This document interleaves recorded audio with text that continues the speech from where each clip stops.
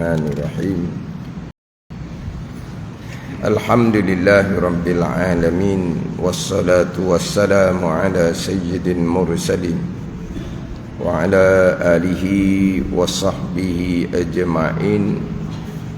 Rabbi syrah li sadri wa yassir li amri wahlul 'uqdatam min lisani yafqahu qawli. Subhanaka la ilma lana illa ma 'allamtana innaka antal alimul hakim. Wala haula wala quwwata illa billahil aliyyil azim. Kitab Penawar bagi hati, muka surat 65. Muka surat 65 baris ke-10 daripada atas. Baris yang ke-10 daripada atas.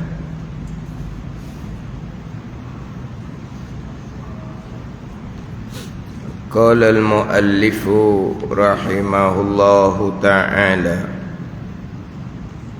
wa nafa'ana bi'ulumihi amin. Yang kedua daripada 5 perkara yang menjadi sebab bagi israr, iaitu mengekali atas mengerjakan maksiat, sukar meninggalkan kesedapan dan keinginan. Sukar payah meninggalkan kesedapan dan keinginan nafsu. Dan obat sukar meninggalkan kesedapan dan keinginan, bahawa berfikir ia seseorang bahawasanya jika doktor yang kafir menyebut baginya akan air sejuk,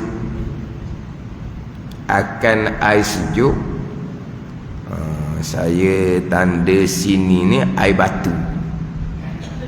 Air sejuk saya tanda di bawah tu air batu.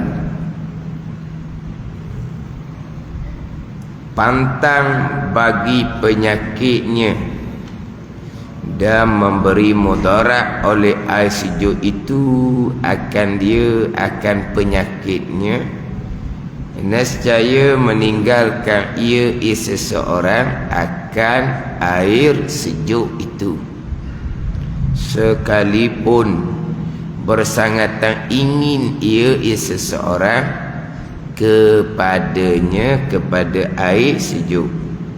Maka hendaklah mengetahui ia seseorang akan bahawasanya Allah Ta'ala dan Rasulnya lebih benar daripada doktor itu, dan seksa api neraka lebih pedih daripada mudarat kesakitan yang disebabkan air sejuk itu. Yang kedua daripada 5 perkara yang menjadi sebab bagi israr, iaitu tetap mengerjakan maksiat, yang mana perkara yang menegahkan daripada taubah adalah kerana israr. Yang menegahkan daripada taubat, sebab yang menegahkan daripada taubat adalah israr. Israr dengan makna mengekali, tetap dan mengekali mengerjakan maksiat. Yang mana terkadang ketika tetap mengekali mengerjakan maksiat ada kesesalan, tetapi walaupun sesal itu salah satu daripada rukun taubah, tetapi meninggalkan maksiat itu salah satu daripada 3 rukun taubah.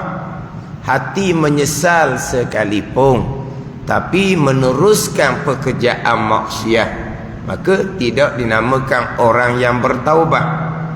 Jadi yang menjadi sebab tertegahnya dia bertaubat adalah kerana israr, kerana mengekali atas maksiat. Kenapakah, apakah sebab menyebabkan seseorang mengekali atas maksiat?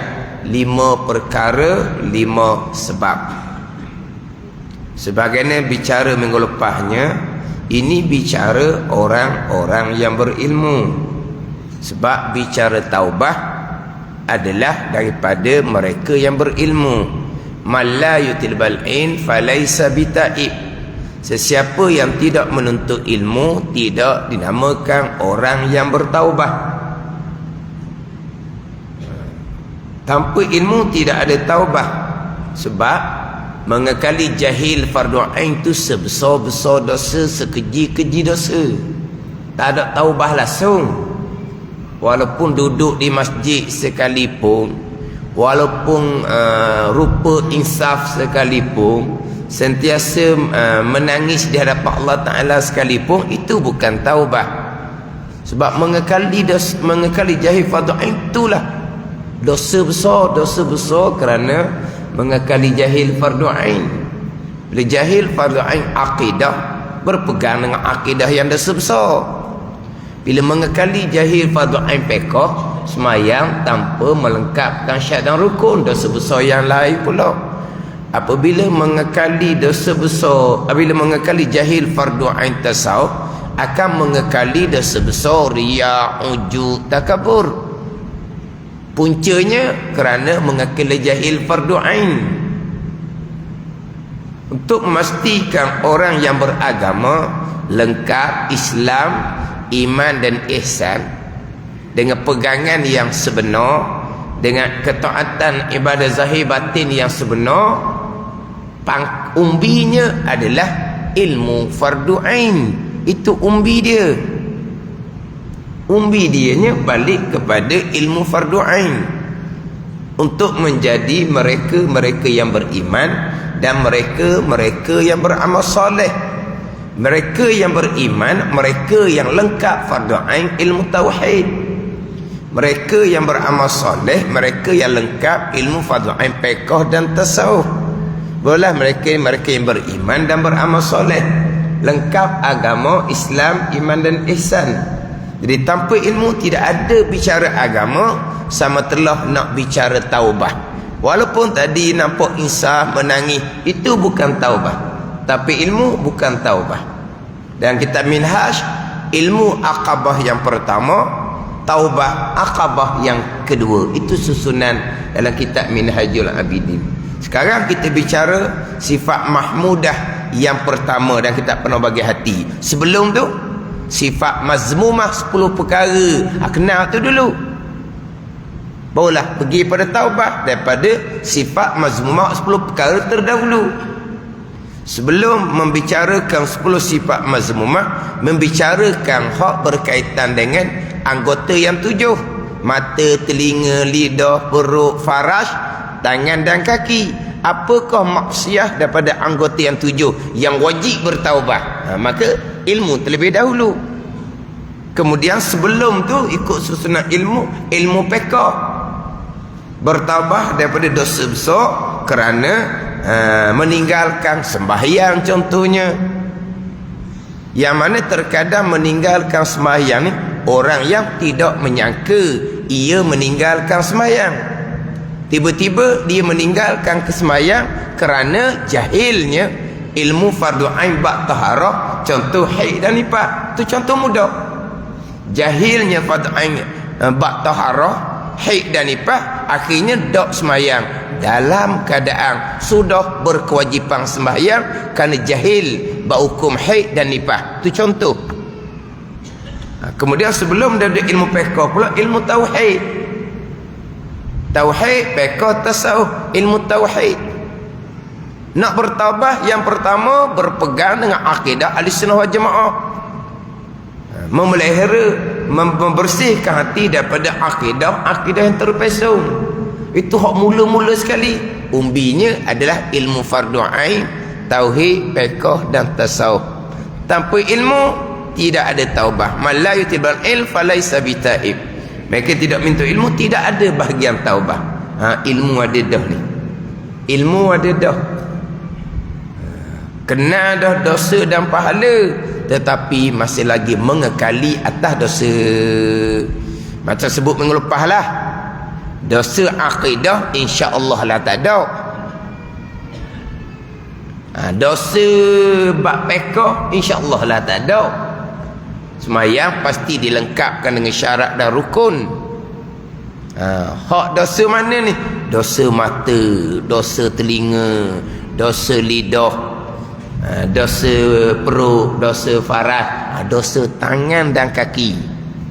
Lepas tu dosa mana lagi? Mengekali riya, ujub, takabur, hasad, hubul dunia, kasih akan dunia, hubul jah, kasih akan kemegahan, sifat bakhil, bakhil daripada kewajipan-kewajipan agama. Ni hak sifat-sifat kecelaan. Hak ni hak berilmu terkadang mengekali, contohnya riya, ujub dan takabur.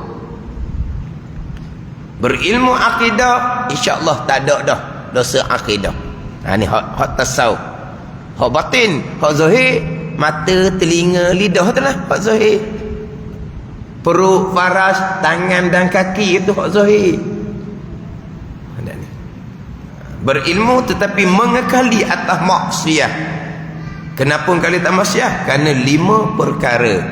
Yang pertamanya kerana seksa yang dijanji oleh Allah tu bertangguh kemudian. Bukan kata buat dosa dihukum sekarang. Tidak. Lepas tu apabila sebut biar ni hak hukum 5 tu lah. Wajib. Wajib ni apa dia? Ma yusabu ala fi'lihi wa yu'aqabu ala tarkih.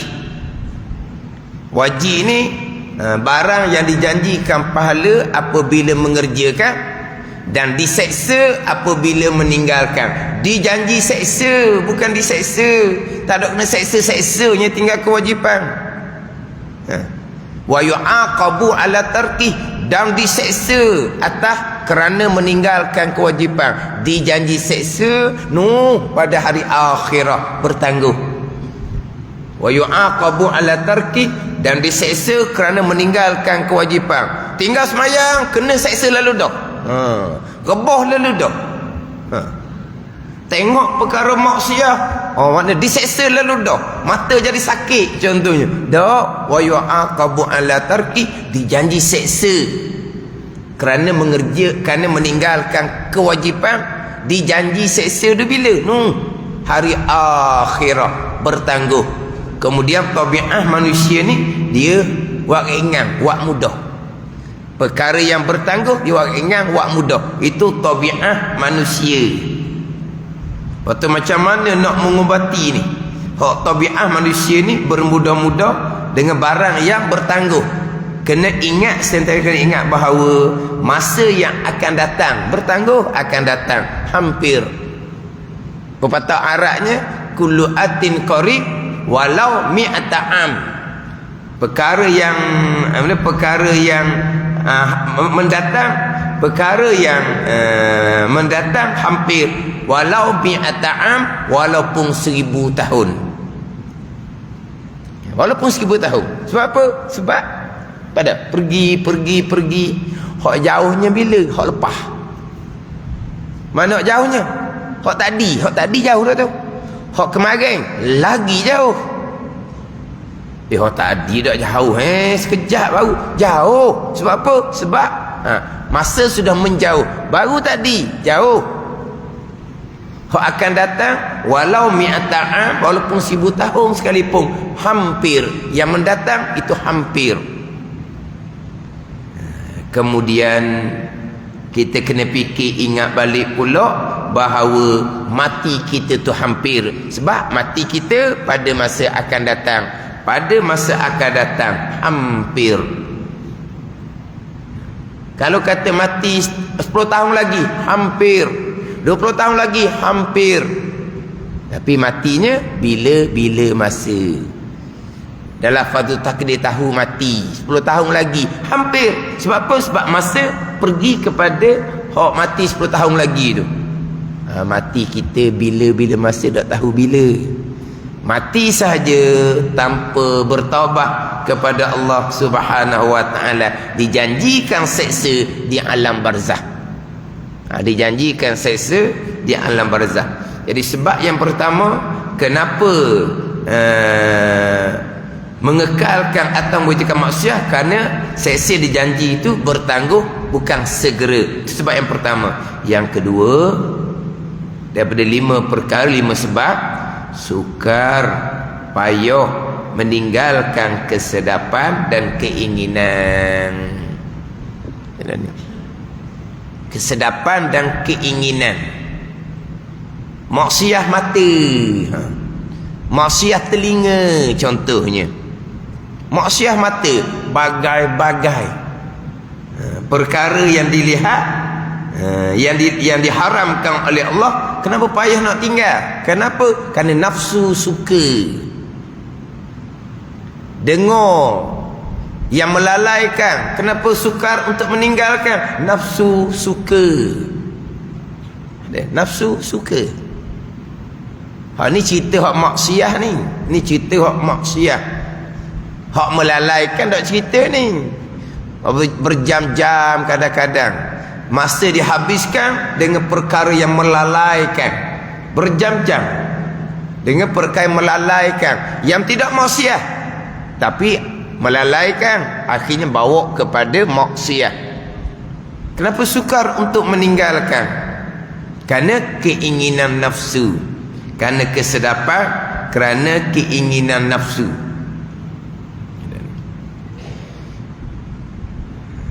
Dan obatnya, macam mana obat nak menghilangkan kesukaran, kepayahan, meninggalkan maksiat yang ini kesedapan dan keinginan nafsu ni? Bahawa berfikir ia, bahawasanya jika doktor yang kafir,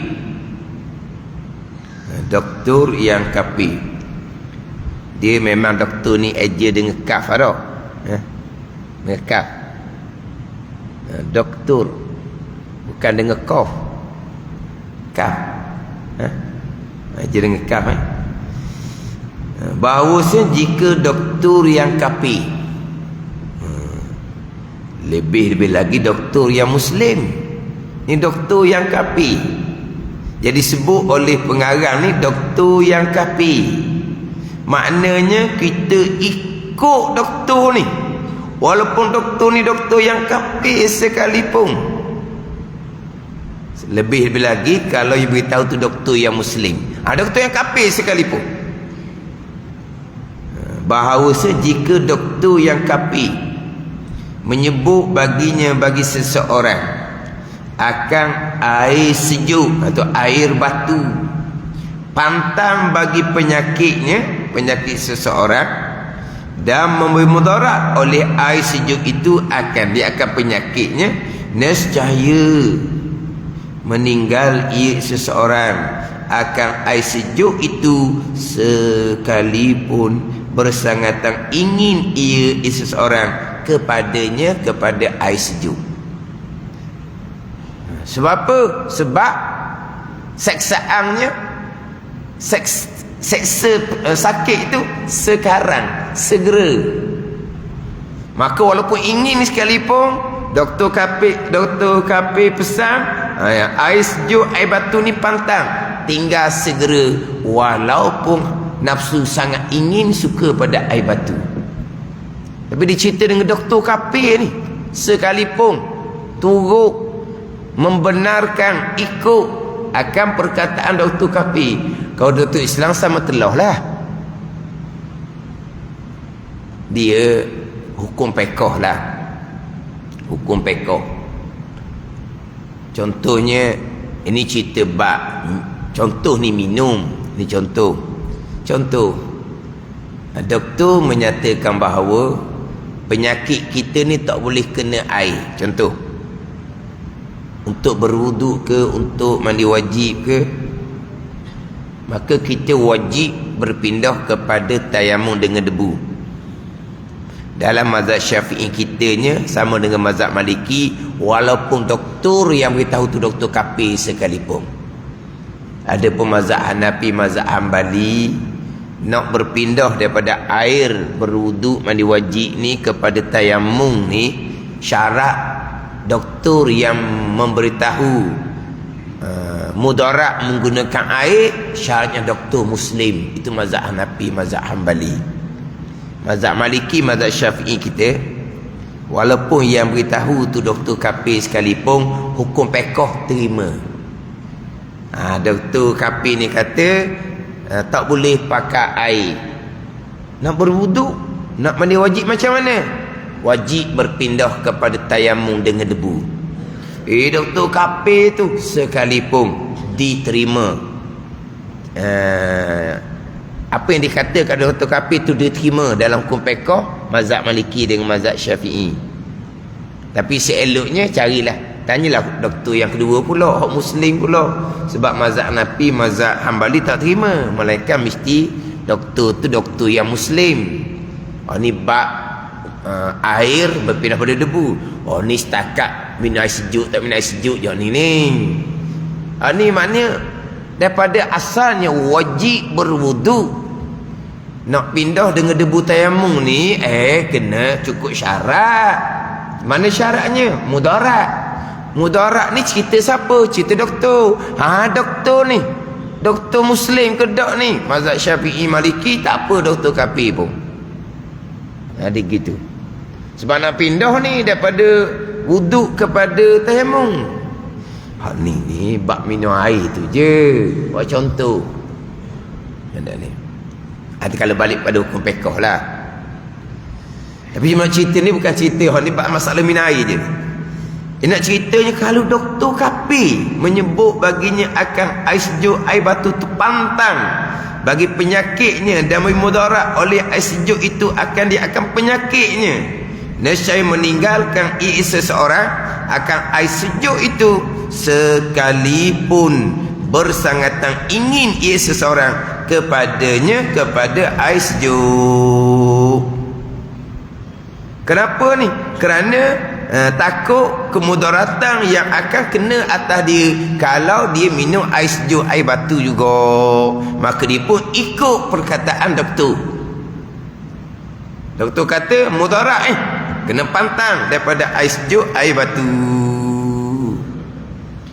Maka hendaklah mengetahui dengan yakin akan bahawasanya Allah Ta'ala dan Rasul lebih benar daripada doktor itu. Benar pada apa ni? Pada janjian seksa daripada Allah dan Rasul. Bahkan kalau engkar, jatuh kupur pula. Janjian daripada Al-Quran hadis, neraka tadak-tadak jatuhnya. Tu dia kafir lah, kita maklum. Jadi hak doktor kata tu boleh jadi ya, boleh jadi tidak. Tapi hak Al-Quran hadis beritahu hak tu pasti lebih benar daripada doktor itu. Dan seksa api neraka lebih pedih daripada mudarat kesakitan yang disebabkan air sejuk itu. Anda fikir gitu je lah. Ada ni. Jadi memanglah maksiyah tu keinginan nafsu. Keinginan nafsu pun Al-Quran hadis peringat dah, memberi peringatan akan seksaan pada hari akhirat. Al-Quran hadis memberi peringatan berkaitan seksaan akhirat. Dalam Quran, dalam hadis didatangkan ayat-ayat, hadis-hadis yang berbentuk tarhib, yang sangat menakutkan. Yang sangat menakutkan. Hak doktor beri peringatan air sejuk, air batu tu mudarat pada penyakit, seksaan yang dijanjikan dalam Quran dan hadis. Hak tarhib, peringatan dalam Quran hadis, hak tu lebih benar. Hak tu lebih pedih nak banding dengan mudarat daripada kerana dia tidak pantang daripada air sejuk tadi. Tapi bukan kata tak pantang, pantanglah untuk mudarat daripada penyakit dia tu. Pinak ceritanya hak Quran hadis beri peringatan, hak ni seksaan ni hak ni benar. Dan seksaan akhirah ni lebih daripada mudarat kesakitan kerana tidak pantang tadi. Ingin sangat pada air batu, tapi ingat mudarat penyakit tinggal. Nafsu suka sangat kepada maksiat, kena ingat seksaan Allah Subhanahu wa ta'ala.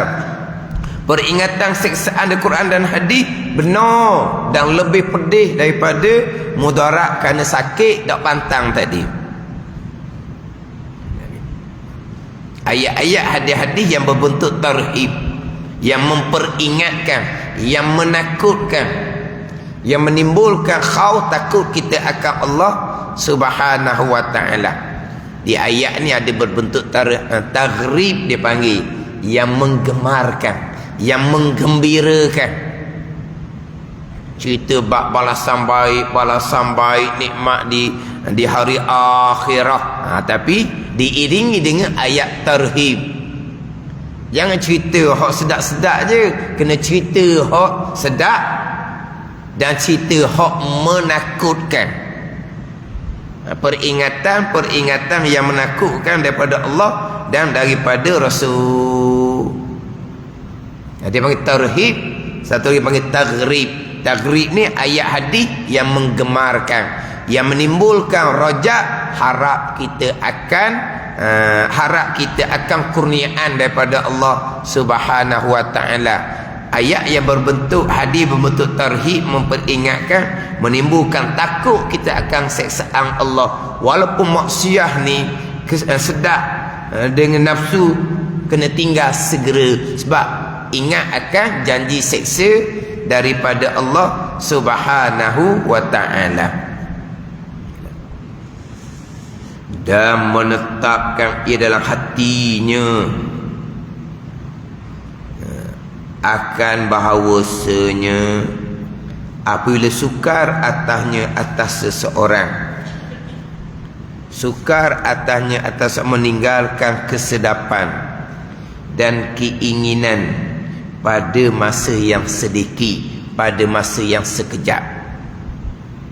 Atas dunia masanya sekejap sahaja, masa yang sekejap sahaja, maka betapa tiada sukar atasnya menanggung akan seksa api neraka dan atas luput nikmat syurga. Dia panggil istifham li taubih, dia panggil. Maka betapa tiada sukar atasnya menanggung akan seksa api neraka dan atas luput nikmat syurga. Bahkan sangat sukarlah untuk menanggung seksa neraka dan sukar untuk menanggung luputnya nikmat syurga. Yang pertama seksaan neraka, yang kedua seksaan kerana luput syurga. Ni dua seksaan dia panggil. Satunya neraka, satunya luput nikmat syurga. Itu seksaan. Kalaulah sukar nak meninggalkan seksaan kesedapan nafsu pada masa sedikit, maka betapa tiada sukar atasnya atas seseorang menanggung akan seksa api neraka dengan sebab mengekali atas maksiat, tidak mahu bertaubat, dan atas luput nikmat syurga. Atas luput nikmat syurga. Jadi maknanya kalaulah sukar nak meninggalkan nikmat syurga, macam mana untuk menghadapi seksaan api neraka? Itu lagi sukar. Seksaan kerana luputnya nikmat syurga, itu lagi sukar. Yang mana neraka ni masa yang panjang. Neraka akhirah ni masanya panjang. Satu hari di hari akhirah 1000 tahun tempoh masa dunia. Satu hari di hari akhirah dunia ni 1000 tahun. Kita ni masa hidup atas dunia ni masa yang sedikit, masa yang sekejap. 100 tahun payah nak jumpa dah. Kalau 100 tahun sekalipun, baru hari akhirahnya 1/10. 1/10 lah. Sebab satu hari 1000 tahun dunia. Kita satu hari 1000 tahun dunia. Ni 100 tahun hidup atas dunia, sekejap sangat dan banding dengan hari akhirah. Sukar nak meninggalkan keinginan nafsu atas dunia sekejap. Macam mana nak menghadapi keseksaan neraka yang lebih panjang masanya dalam keadaan luput nikmat syurga? Tu lagilah sukar. Ummah dahulu hidup ratus-ratus tahun pun masa yang sedikit nak banding dengan hari akhirah. 1000 tahun dah kita 60 70 tu rebeh dah. Tak nak pergi dah 70 80 tu pun tak sampai. Tak sampai. Hak umur sebaya, hak kawan sekolah, ramai mana dah tak ada. Umur 50-an ke, 60-an ke, 70-an. Lagilah. Hak ada tu tak berapa orang dah ni. Hak 50-an pun. Hak 50-an. Kalau 60-an tu ramai tak ada dah. Kan sekarang ni boleh tahu kan, dia ada guru sekolah tu kan. Mati. Muda-muda lagi. Kalau kira kau sihat dia. Kalau kira bak jaga makan, selalu exercise, dialah jaga makan, selalu exercise, jaga kesihatan. Tapi sampai masa mati, kejap je hidup. Ni ceramah lah. Ni ceramah. Orang ceramah. Dia kata hidup atas dunia ni, dia kata umpama ceh gesek, dia kata. Ceh gesek, nyala, lepas tu padam. Lama tu je hidup dunia. Pada ceh gesek. Tak ada faham tau. Ceh gesek. Tak ada ceh. Ni, ceh. Ceh lah. Colok. Kena colok. Kena gesek. Budak-budak. Kena gesek. Terengganu tau. Terengganu. Lepas tu tak kena gesek. Kan Haji? Tanya waktu Haji. Haji mana? Gesek. Budak tak kena gesek. Ceh gesek. Itulah colok. Mancis. Colok cak lada tu lah. Budak-budak kena colok cak lada. Kena colok cak lada. Kena colok cak lada, kena. Ada lagi sekarang tau. Tak ada lagi. Pada ceh gesek, dia ambil mancis tu. Pada mancis. Bukan mancis juga ada hak biskut tu. Itu mancis lain. Ni dia ceh gesek. Mancis tu dia pun nyala tak api? Nyala. Lama mana nyala?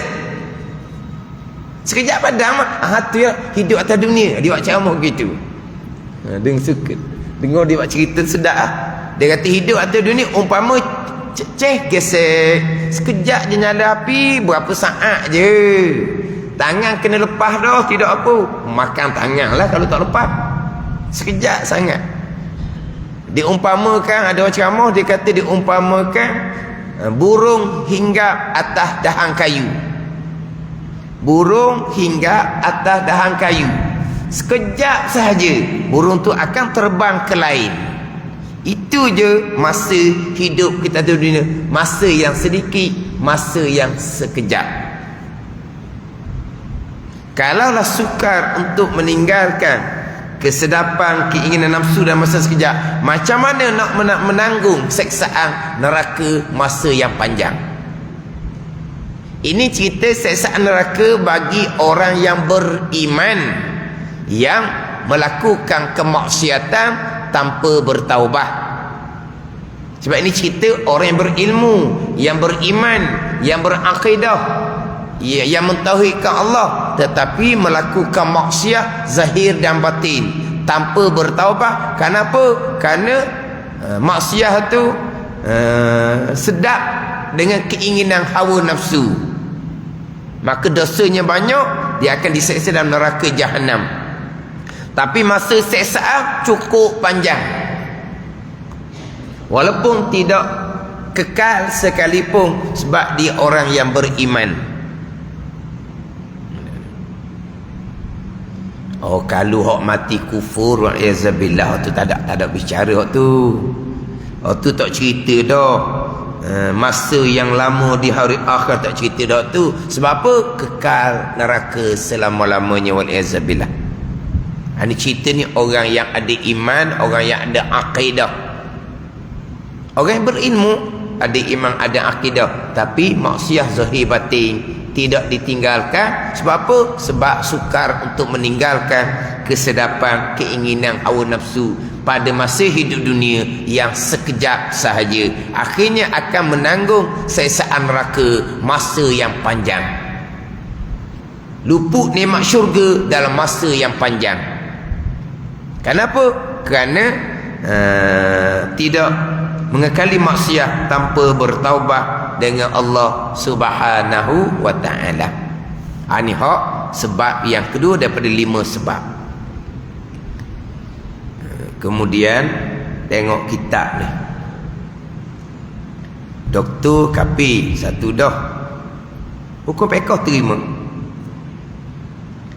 Air sejuk, air batu tu pantang, mudarat, kata Doktor Kapi. Maka tinggal hak Doktor Kapi kata tu hak mudarat, walaupun nafsu suka beli air batu. Kenapa? Kerana takut jadi mudarat penyakit. Ini semua panggil apa? Asbab belaka. Faham tak? Ni kitab ni bicara asbab lah. Dah lah doktor tu Doktor Kapi. Kamu percaya pada Doktor Kapi? Percayalah. Sebab dia ada dia punya apa? Dia punya apa? Ha? Bukan, dia ni dia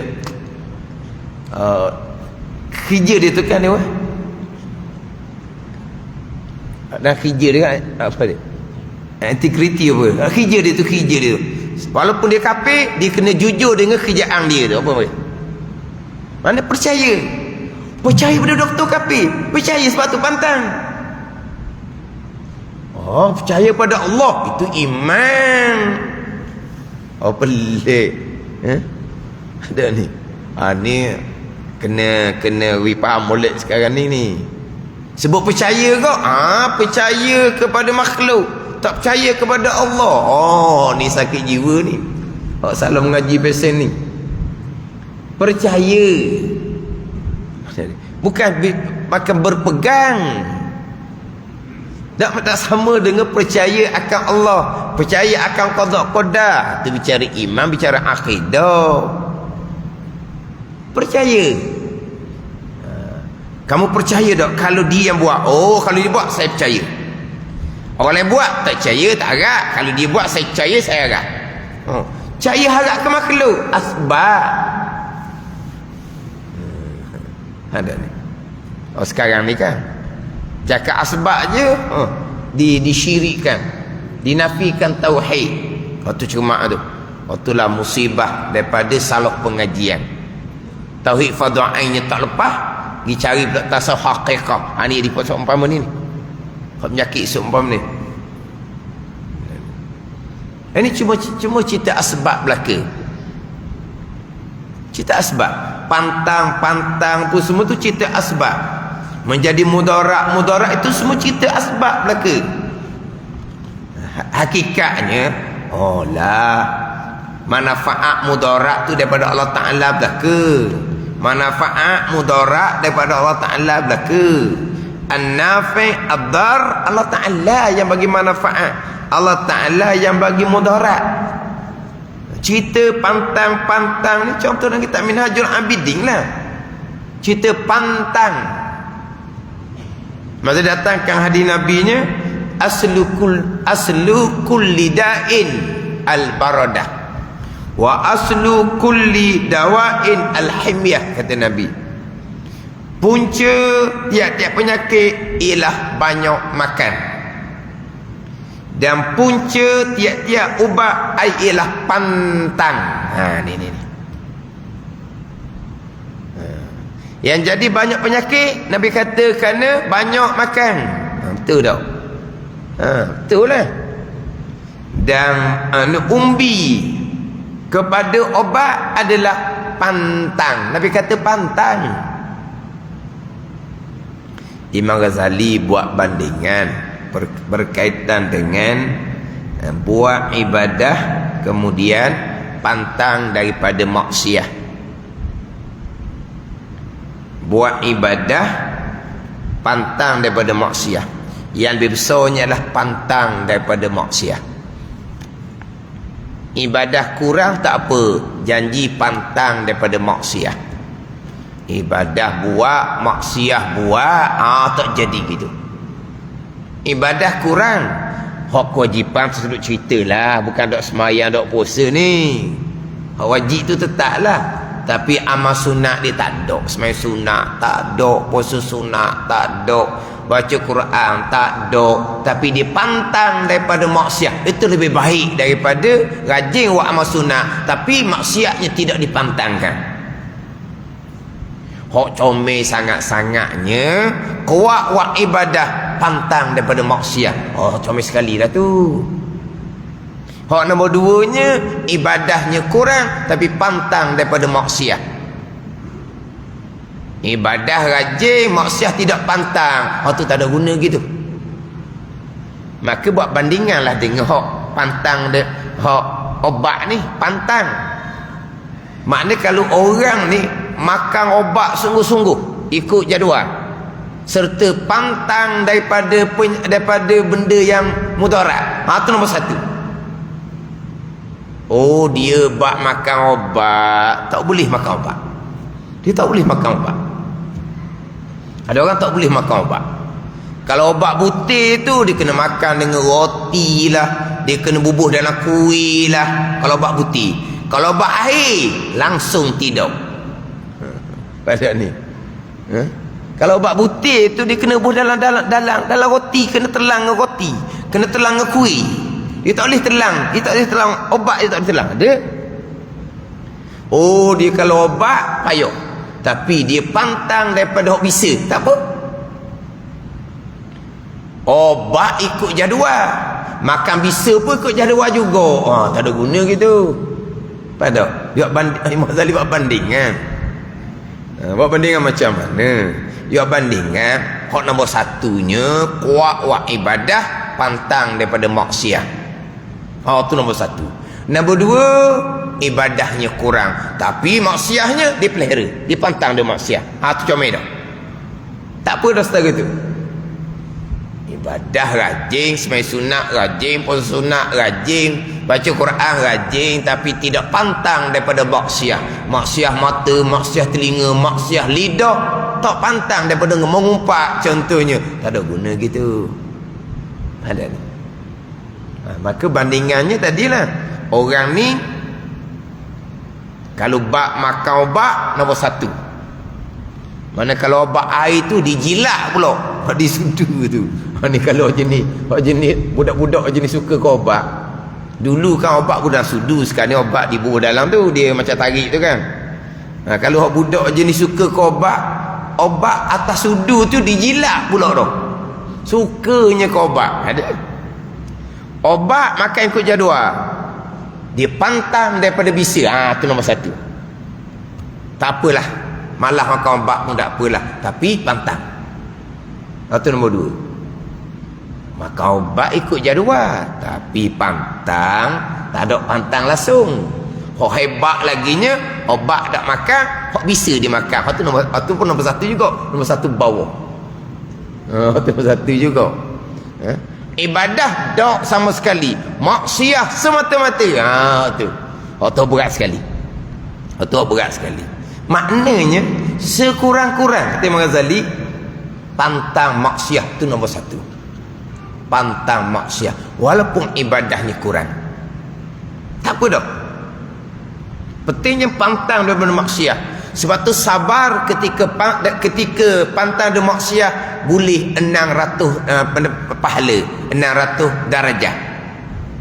Sabar ketika mengerjakan ibadah 300. Tapi sabar ketika memelihara maksiat 600. Hak tu lebih besar, hak tu lebih sukar. Mana yang pentingnya pantang daripada maksiat, walaupun ibadah sunat kurang sekalipun. Lepas tu pergi pada hak datangkan hadis hak pantang tu. Nabi kata asal tiap-tiap obat adalah pantang. Jangan makan benda yang bisa. Tapi hakikatnya hak Tuhan belaka manfaat mudarat, itu asbab, itu syariah. Pada ni. Tapi nafsu punya pasal, oh sikit-sikit bisa, sikit-sikit bisa. Bisa tak boleh bekah, dia kata. Nafsu nak makan. Itu hakikat dia betul lah. Syariat kena jaga. Syariat kena jaga. Ini doktor kafir kata ni mudarat. Mudarat penyakit dia. Itu cerita asbab. Percaya kata-kata doktor kafir sekalipun, ikut kata-kata dia. Tak percaya ke Allah, bak percaya iman kepada Allah, kepada qada qadah tu ada konsep doktornya. Oh, jenis salah pengajian tu gitulah. Jumpa sama-sama jenis penyakit. Jadi penyakit salah pengajian. Asbab-asbab dia tak kira. Asbab hakikinya asbab tu pun qada juga. Lepas makan jadi penyakit bertambah berat, qada juga. Dari makan tu pun hakikatnya qada. Tapi kalau buat perkara buruk, jangan sandar pada qada. Saya makan bisa ni pun qada, jangan sandar perkara buruk kepada qada dan qadar Allah Subhanahu wa taala. Haram kita menyandarkan perkara buruk kepada qada dan qadar Allah. Hakikinya hak Tuhan belaka. Baik buruk hak Tuhan belaka, tu hakiki dia. Ambil ayat kita ni. Pantang daripada bagi penyakitnya dari mudarat oleh air sejuk itu akan dia akan penyakitnya. Ini semua bicara asbab. Itu hak yang kedua daripada 5 perkara yang disebab bagi israr, bagi mengkali atas maksiat. Mengkali atas maksiat lah menjadi sebab tertegahnya seseorang daripada bertaubat dengan Allah Subhanahu wa taala. Yang ketiga daripada 5 perkara yang disebab pada israr, mengkali atas maksiat, menangguh ia akan taubat itu sehari lepas sehari. Nanti ni nak bertaubat tapi bertangguh sehari. Ini di antara sebab bagi israr, mengekali atau maksiat yang menjadi sebab tertegahnya seseorang daripada bertaubat dengan Allah Subhanahu wa taala. Wallahu a'lam. Bismillahirrahmanirrahim. Alhamdulillahirabbil alamin. Wassalatu wassalamu ala sayyidil mursalin wa ala alihi wa sahbihi ajma'in. Allahumma iftah alaina futuhal arifin. Allahumma allimna ilma akdamin wa fahimna famas sabiqin warzuqna ruqat talibin. Allahumma zidna ilman wa alhiqna bis salihin. Wa sallallahu ala sayyidina Muhammad wa ala alihi wa sahbihi wa sallam. Walhamdulillahi rabbil alamin.